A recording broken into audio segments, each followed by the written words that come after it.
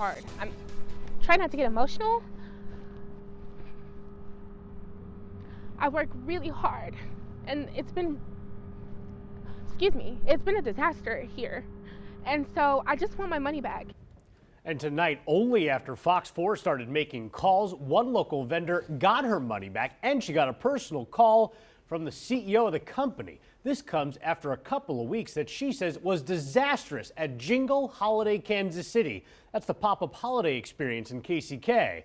Thanks for joining us. I'm Kevin Barry. I'm Lauren Halifax. So from opening a week late to snow and then no planned snow removal, the operation has been less than smooth, and that's led at least one vendor to pull out altogether. Fox 4's Malik Jackson live at Legends Field where this is taking place. So Malik, a rough start, but a happy ending for now?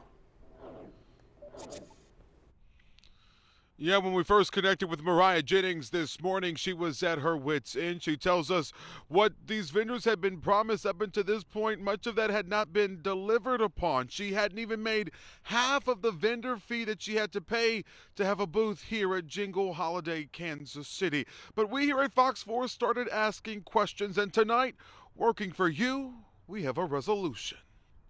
I don't see anyone.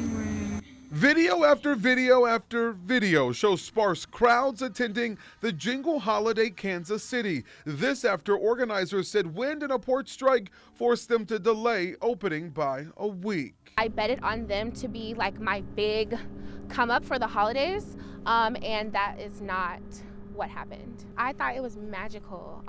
By what they advertised, they show in the videos, it looks so magical. And with every bet, there is a risk. For her, the risk outweighed the reward. There was no one here to shovel snow. This whole parking lot was covered. The vendors have to park in that area over there. So I was lugging my product all the way through. By 7:30, it was empty.